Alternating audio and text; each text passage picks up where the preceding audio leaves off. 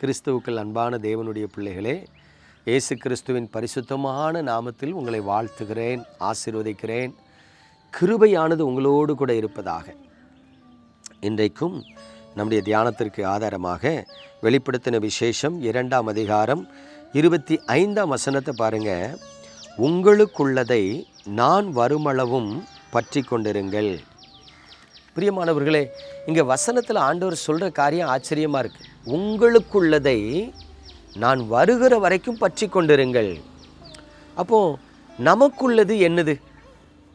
இப்போ எனக்கு ஒரு நண்பன் உண்டு, பள்ளிக்கூட தோழன். சின்ன வயசுலேருந்து நான் அவன்கிட்ட பழகிட்டு வரேன். அவன்கிட்ட ஒரு ஸ்பெஷல் கேரக்டர் என்ன அப்படின்னா, 4 நண்பர்கள் கூடி கலகலப்பாக பேசிகிட்டு இருந்தாலும் அவன் சைலண்ட்டாக இருப்பான்.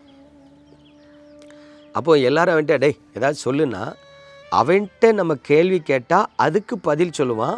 மற்ற நேரம் மற்ற நண்பர்கள் எல்லாம் பேசுகிறத கேட்டுட்டு அமைதியாக இருப்பான். அப்போது ஒரு நண்பன் அவன்கிட்ட பிரச்சனை பண்ணுவான். என்னல ஊமை மாதிரி உட்காந்துட்ருக்கா, என்னன்னாலும் சொல்லுவான்.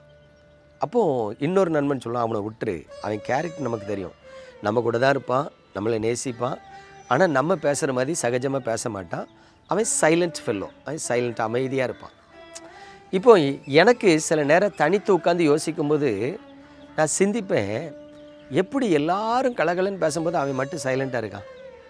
ஒரு நாள் அவனை கூப்பிட்டு கேட்டேன், ஏடா எங்கள் கூட பேசணும்னு உனக்கு தோணலையா? அப்போ அவன் சொல்கிறான், நண்பா அது என்னன்னு தெரியல, நீங்கள்லாம் நிறைய காரியங்களை குறித்து பேசுகிறீங்க, எனக்கு அப்படி மண்டைக்குள்ள எந்த காரியமே வரமாட்டிக்கு. எனக்கும் உங்களை மாதிரி பேசணும்னு ஆசை தான், ஆனால் என்ன பேசன்னு தெரிய மாட்டேங்குது.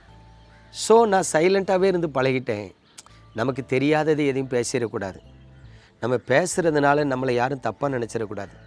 ரெண்டாவது, மற்ற நண்பர்கள் பேசுகிற மாதிரி பேசுகிற ஒரு தாளந்து நமக்கு இல்லை. அதனால என்னால் அமைதியாக இருக்க முடியும், அமைதியாக இருந்துக்கிறேன் அப்படின்னு. இப்போ கவனிங்க, அவன் அமைதியாக இருக்கிறது அவன் மேலே எங்களுக்கு ஒரு நல்ல மதிப்பு கொண்டு வரும். நாங்கள் கலகலன்னு பேசுகிற 10 பேர் இருந்தாலும் அவனை தேடுவோம், அவனை எங்கப்பா, அவனை கூப்பிடுங்க, அவன் வந்தால் நல்லாயிருக்கும். ஆனால் அவன் எங்ககிட்ட பேசவே மாட்டான். அவன் அமைதியாக உட்காந்துருப்பான். உட்காந்து நாங்கள் பேசுகிறத கேட்டுக்கிட்டு இருப்பான், சாப்பிடுவான், எங்கே போனாலும் கூட வருவான், ஆனால் அவன் சைலண்ட்டாக இருப்பான். இப்போ கவனித்து பாருங்கள், இதே தான் ஆண்டவர் சொல்கிறாரு, உனக்குள்ளதை நீ பற்றி கொண்டார். அதாவது இன்றைக்கி உள்ள விசுவாசிகள் 4 பேர் சேரும்போது ஒருத்தர் நல்ல பிரசங்கம் பண்ணுறவராக இருப்பார், ஒருத்தர் நல்ல பாடுறவராக இருப்பார், ஒருத்தர் நல்ல ஜெபிக்கிறவராக இருப்பார், ஒருத்தர் பரிசுத்தமாக தன்னை காத்துக்கொள்கிறவராக இருப்பார்.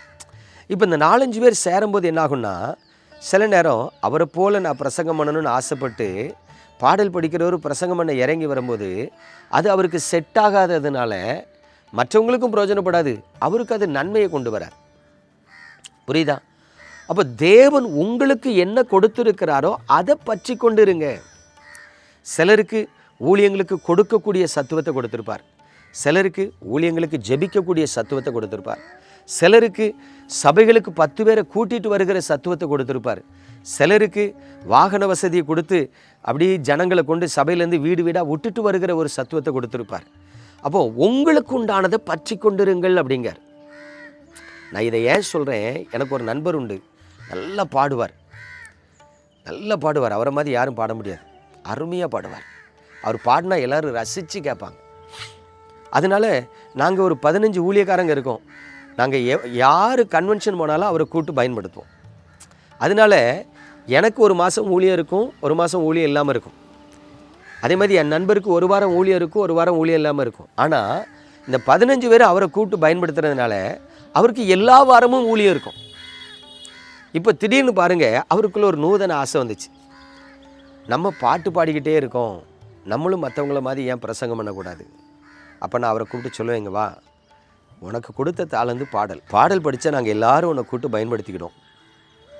நீ எங்களை மாதிரி பிரசங்கம் பண்ண ஆரம்பிச்சுன்னா எங்களை மாதிரி சில நேரம் எல்லா நேரமும் உனக்கு ஊழியம் இருக்காது, கஷ்டப்படுவா, பார்த்துக்க.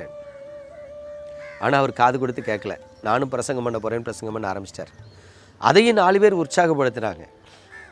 இன்றைக்கி பார்த்திங்கன்னா அவருக்கு பிரசங்கம் பண்ணுறதுக்கு அழைப்புகள் சரியாக வராததுனால இருதலை கொல்லி எறும்பு மாதிரி மாட்டிக்கிட்டார்.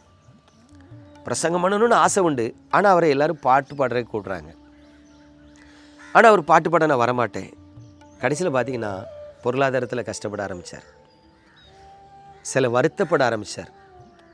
எனக்கு அன்பான தேவனுடைய பிள்ளைகளை, நான் எதுக்காக இதை சொல்கிறேன்னா, உங்களுக்கு தேவன் என்ன தாளந்த கொடுத்துருக்கிறாரோ, உங்களுக்கு தேவன் என்ன கிருபை தந்திருக்கிறாரோ அதை காத்து கொள்ளுங்க, அதில் நிலைச்சிருங்க. உங்களுக்கு இல்லாததில் நீங்கள் தலையிடாதீங்க. அதை சித்தி பெறாது. தயவு செய்து நான் உங்ககிட்ட சொல்கிறேன், உங்களுக்கு கொடுக்கப்பட்ட திறமைகளை வளர்த்து கொள்ளுங்க, உங்களுக்கு கொடுக்கப்பட்ட தாளந்த வளர்த்து கொள்ளுங்க, அதில் நிலைச்சிருங்க. நீங்கள் ஆசீர்வாதமாக இருப்பீங்க. நம்ம ஜெபிப்போமா? எங்கள் அன்பின் பரலோக தகப்பனே, பரிசுத்தமான இந்த காலை வேளையில் உமது கிருபையின் கரத்தில் எங்களை தாழ்த்துகிறோம். உம்முடைய பிள்ளைகள் தேறினவர்களாய் தெளிந்த புத்தியுள்ளவர்களாய் இருக்க கிருபை பாராட்டும். ஆண்டவரே, நீர் ஒவ்வொருவருக்கும் என்னென்ன தாளந்து கொடுத்திருக்கிறீர் என்பது அவர்களுக்கு தெரியும். ஆண்டவரே, தங்களுக்குள்ளே கொடுக்கப்பட்ட அந்த தாளந்த நல்ல பட்டை தீட்டி அதில் அவர்கள் பயன்பெற கிருபை பாராட்டும். உமது பரிசுத்த கரத்தில் தருகிறேன்.